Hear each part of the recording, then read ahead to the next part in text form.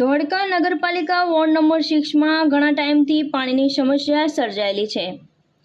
મેનાબેન ટાવરવાળો બોર fail થવાથી નવા બોરની માંગણી કરેલી હતી, જેનો અંત આવી ગયો છે। આજ રોજ ચીફ ઓફિસરને રજૂઆત કરવા નગરપાલિકા કાઉન્સિલર નુરજાબેન સૈયદ, અમીરભાઈ ટેમ્બલિયા, ગફુરભાઈ જાંબુવાલા અને અન્ય પ્રજાજનોએ રજૂઆત કરેલી છે। તો ચીફ ઓફિસર સાહેબને નવા બોર્ડનું કામ 7 થી 8 દિવસમાં શરૂઆત કરવાનું જણાવ્યું છે। રિપોર્ટર ફિરોઝ મંસૂરી।